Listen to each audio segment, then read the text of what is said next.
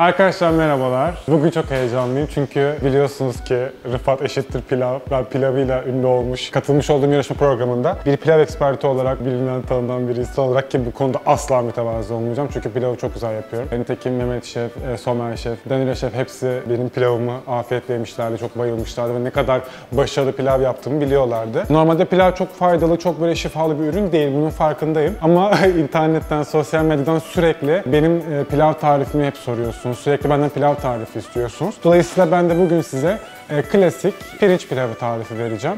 Püf noktalarıyla tane tane şöyle dökülen, ağızda böyle kum gibi dökülen ama pişmiş, öyle diri dişe böyle gelmeyen, diriliği olmayan ama tane tane dökülen güzel pilavın tarifini vereceğim bugün size, reçetesini vereceğim. O yüzden çok heyecanlıyım ve çok gerginim çünkü pilav öyle bir şey ki ya 40 yıllık pilav ustaları bile 50 kere yapar tutar, bir kere yapar tutmaz. O yüzden bugün de tutmayabilir ama kesinlikle bütün püf noktalarıyla, ince noktalarıyla, her şeyle muhteşem pilav nasıl yapılır bugün size onu göstereceğim. Şimdi ilk olarak pirinçle başlıyoruz. Pirinci baldo ya da Osmancık pirinci kullanıyoruz. Ben hep baldo pirinç kullanıyorum. Baldo pirinçte de bana marka da soruyorsunuz arkadaşlar. Hani markadan ziyade pirincin yeri önemli, yani Gönen pirinci. Balıkesir'in Gönen bölgesinde bence Türkiye'nin en güzel baldo pirinçleri orada çıkıyor. Dolayısıyla aldığınız markanın bir önemi yok ama aldığınız pirincin Gönen'de yetişen, orada üretilen, yani yerli üretim olan, Gönen'de üretilen yerli baldo pirinç olmasına lütfen özen gösterin. Eğer Gönen pirinci, Gönen baldo pirinci alırsanız 1-0 önde başlıyorsunuz güzel pilav için. Gönen'de yetişmiş baldo pirincimi aldım. İlk etap şu, birinci stepimiz bu. Pirinci koyuyoruz bir kabın içerisine. Önce pirincimizi ölçüyoruz. Ben böyle saçma bir şeyle ölçtüm ama siz istediğiniz herhangi bir şeyle ölçebilirsiniz. Ölçmek önemli çünkü ölçüsüz pirinç çok zor, yani 40 yıllık ustalar onu yapıyor. Ben o riske girmem, yani her zaman ölçerim. Ölçüm de 1'e 1'dir, asla 1'e 1,5 ya da 1'e 2 değildir. Bundan 2 tane pirinci bunun içine koydum. İlk etabımız pirincin üzerine hunharca, çılgınca tuz koymak. Yani bildiğiniz ben böyle bir avuç tuzu pirincin üzerine döktüm. Ondan sonra kaynar suyu, pirincimin üstüne geçecek şekilde kaynar su döktüm. Daha sonra bunu aldım, hiç ellemeden, hiç kurcalamadan bir kenarda bıraktım. Ta ki koyduğum kaynar su soğuyana kadar. Şu an su soğudu, buz gibi oldu. Yani pirinçler o sıcak suyun içerisinde kendi şeyle soğudular, tuzuyla beraber. İlk etapımız buydu. Şimdi suyum artık soğuduğu için yıkama evresine geçebilirim. Zaten tuzlu ve kaynar suyun içerisinde uzun süre beklediği için nişastasının %70'ini %80'ini salmış durumda. Şimdi ben bunu bir süzgecin içerisinde, bir kevgin içerisine alacağım, boşaltacağım. Daha sonra musluğu açacağım, musluk akacak. Altına bakacağım, berrak su olana kadar, yani bütün nişastasından tamamen arınana kadar pirinçleri yıkamanız gerekiyor. Bunu yaparken pirinçle oynamayın, pirinci karıştırmayın. Çünkü pirinç çok hassas bir şeyle hemen kırılır. Hadi şimdi yıkayalım.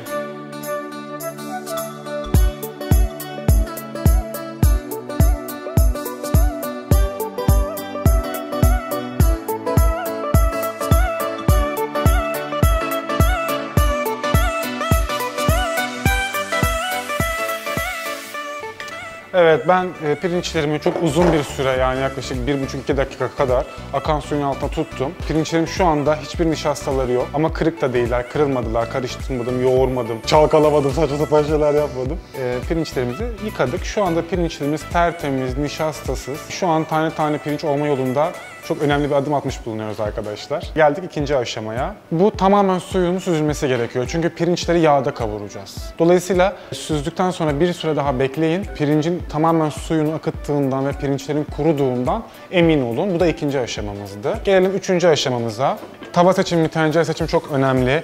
Derin bir tencerede yaparsanız lapa olur. Asla tane tane olma ihtimali yok. Çok keskin köşeli tencere seçerseniz yine olmaz. Çünkü su atıyorsunuz, su aşağıdan yukarı, aşağıdan yukarı, aşağıdan yukarı buhar sistemiyle pilavınızın pişmesi gerekiyor tane tane olması için. Mesela bu gayet uygun bir tenceredir. Geniş ama yanları hafiften oval.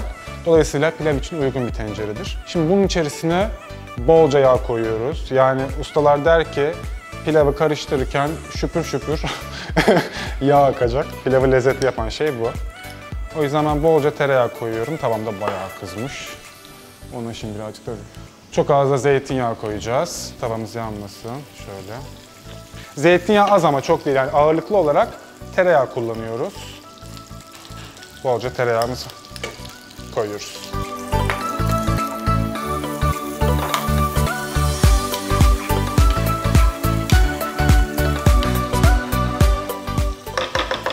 Evet, yağımız tamamen eridi. Yağı da çok yapmadan gördüğünüz gibi pirinç kalan suyunu da buraya saldı. Artık neredeyse hiç suyu kalmadı.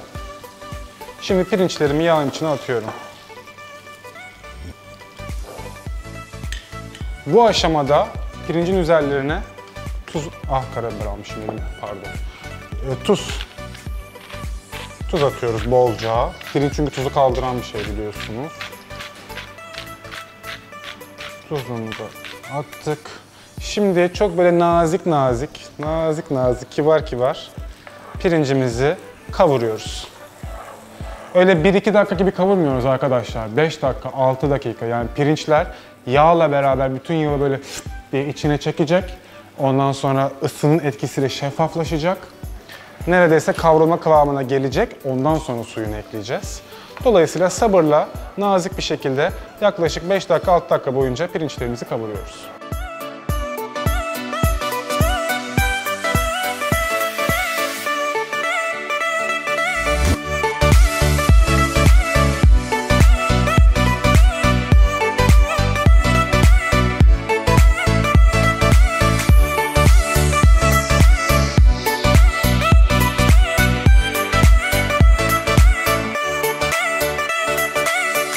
Evet, gördüğünüz gibi yaklaşık yani dediğim gibi 2-3 dakika değil yani 5-6 dakikadır, hatta belki de 7 dakikadır pirinçlerimizi kavuruyoruz. Pirinçler şu anda kıvamına geldi. Ne demişti eski ustalarımız? Kaşığı kaldırdığında yağ akacak. Bakın şöpür şöpür yağ akıyor. Her şey de iyi gidiyor şu ana kadar. Pirinçlerim şeffaflaştı, hafif böyle bir sertleşti yağla beraber. Artık yavaştan böyle pirinçlerimi bir tavada eşitleyip suyunu verebilirim. Su dediğim gibi ben 1'e 1 ölçü yapıyorum. 1'e 1,5, 1'e 2, 1'e 3 gibi ölçüler haşlama pirinç demektir benim için. Onu ben pilavdan saymıyorum, kimse kusura bakmasın. 1'e 1 ölçü yapacağız çünkü suyla değil, suyun buharıyla pişecek. Pilavı kıymetli kılan şey budur çünkü. O yüzden ne kadar az suyla pilavı tutturursanız o kadar lezzetli olacak demektir. Evet, dediğim gibi pirinçlerimiz kıvamına geldi. Ben şimdi pirinci neyle ölçmüşüm? Şimdi su 1'e 1 ölçüden kastımız kapladığı yer kadar. Yani ben böyle silme, bundan 2 tane, bu kaptan 2 tane pirinç yıkamıştım. Dolayısıyla bundan 2 tane su koyacağım. Yani 2'ye 2 yapacağım.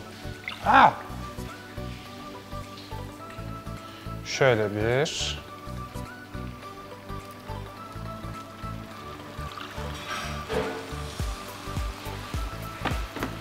Şöyle 2.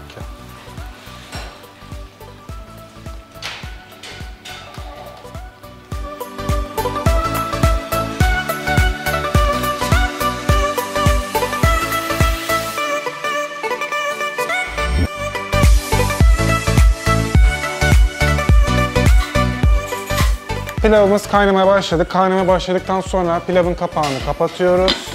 Altını en kısa alıyoruz. Yaklaşık olarak yani böyle camlı bir şey kullanmanızı tavsiye ederim kapak olarak. Çünkü pilavı açmadan görmemiz gerekiyor. Tahmin ediyorum genelde 7 dakika ile 8 dakika arasında pirinçler suyunu çekmiş oluyor. Şimdi 7-8 dakika bekleyeceğiz, suyunu çektireceğiz. Ondan sonra ne yapacağımızı söyleyeceğim.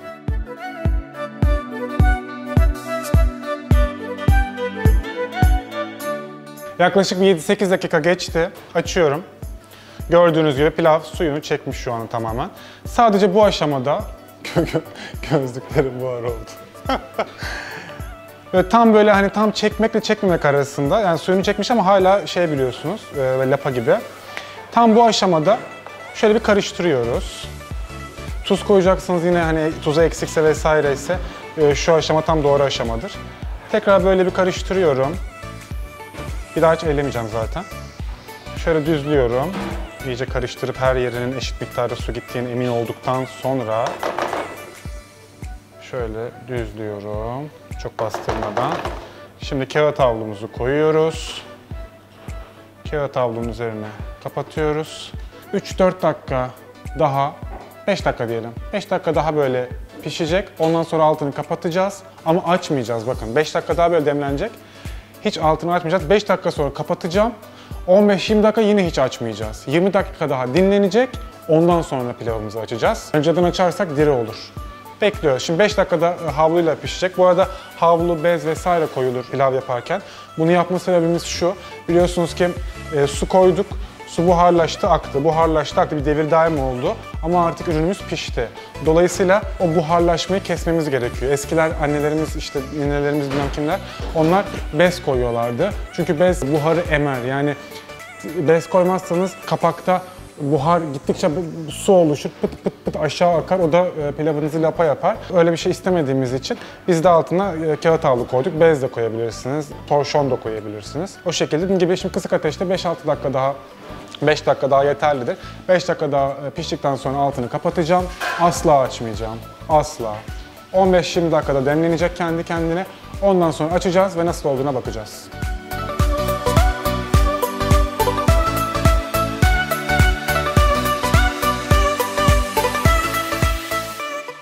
Evet arkadaşlar, pilavımız dinlendi. Hatta bir yarım saat ben bunu dinlendirdim. Ne yapmıştık? Pirinçlerimizi kaynar suyun içerisine atmıştık ve o kaynar su pirinçlerin içerisinde soğuyana kadar pirinçleri önce bekletmiştik. Daha sonra pirinçlerimizi süzüp musluğun altına tutmuştuk ve berrak su akana kadar, bütün nişastası gidene kadar pirinçlerimizi yıkamıştık. Daha sonra süzgece alıp pirinçlerimizin sudan arınmasını ve tamamen kurumasını beklemiştik. Daha sonra yağımızı, tereyağımızı kavurmuştuk. Pirinçleri içine atıp kısık ateşte 6 dakika, 7 dakika, hatta 8 dakikaya kadar böyle kısık ateşte için böyle pirinçler kendini toparlayana kadar kavurmuştuk. Daha sonra 1'e 1 ölçüydü ölçümüz. Koyduğumuz pirinç kadar içerisine su eklemiştik. Ondan sonra 7-8 dakika suyunu çekinceye kadar pişirmiştik. Sonra bir kağıt havlu koyup en kısıkta 5 dakika daha pişirip kıyıya almıştık. Ondan sonra hiç ellemedik zaten. Bu şekilde yaklaşık bir yarım saat, yani 20-25 dakika, tam yarım saat de olmadı ama 25 dakika oldu. Beklettik. Şimdi kader anı. Bismillah diyoruz. Açıyoruz kapağımızı. Şimdi alalım. Soğumuş gibi. Hala dumanlar gibi, tam soğumamış. Evet bak, görüyorsunuz. Tane tane değil mi? Kum gibi dökülüyor. İşte bütün mesele iyi kavurmakta, doğru suyu vermekte. Tabağımızı alalım.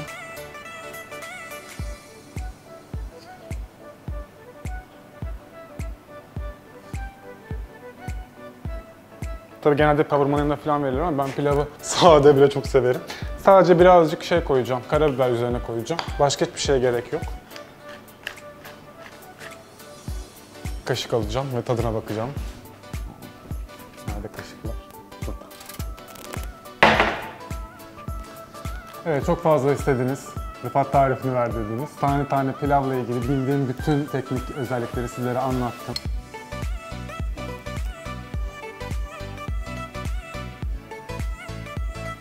Pilav işte. Ben pirinç arsızı bir insan olduğum için, her şeyi pilavını çok sevdiğim için ve her şeyden pilav yaptığım için pilav benim için özel bir nokta. O yüzden bugünkü çekim benim için çok heyecanlı çünkü pilav benim için çok özel bir şey. Bence Türk mutfağının en kıymetli ürünü. Yani dünyanın her yerinde, özellikle Uzak Doğu'da pirinç çok fazla kullanılıyor ama pirince en çok özenen, en çok hassas davranan, onu en güzel ve en kıymetli şekilde kullanan bence bizim mutfağımız. O yüzden bizim mutfağımızın da vazgeçilmezidir pirinç pilavı. Koronasız pirinç, aynen. Dediğim gibi yerli üretim. Gönen pirinç alıyorsunuz, Gönen balda alıyorsunuz. Hangi marka olduğunun önemi yok ama Gönen'de yetişen yerli tohum, yerli pirinç alıyorsunuz. Ve benim söylediğim tekniklerle yapıyorsunuz. Muhteşem pilavlarımız oluyor. İzlediğiniz için teşekkür ederim. Başka püf noktaları olan, pilavı başka şekillerde yapan arkadaşlar varsa lütfen yorumlara yazsınlar. Seve seve okuyup ben de kendim bir eksiğim, bir hatam varsa geliştiririm. Siz nasıl yapıyorsunuz pilavı, siz de bunları anlatın. Sade pirinç pilavı tarifim bu. Yorumlarınızı bekliyorum. İzlediğiniz için çok teşekkür ediyorum. Kocaman öpüyorum sizi. Görüşmek üzere. Lütfen abone olmayı da unutmayalım. Teşekkürler, sevgiler. Sizler de yaptığınız yemekleri Instagram hesabından bana atarsanız bunları YouTube'da yayınlamak istiyorum. Çünkü herkesin eli farklı, sunumu farklı, farklı malzemeler koymuşsunuzdur falan. Bunları çok merak ediyorum. O yüzden bekliyorum. Çok teşekkür ederim. Öpüyorum kocaman sizi.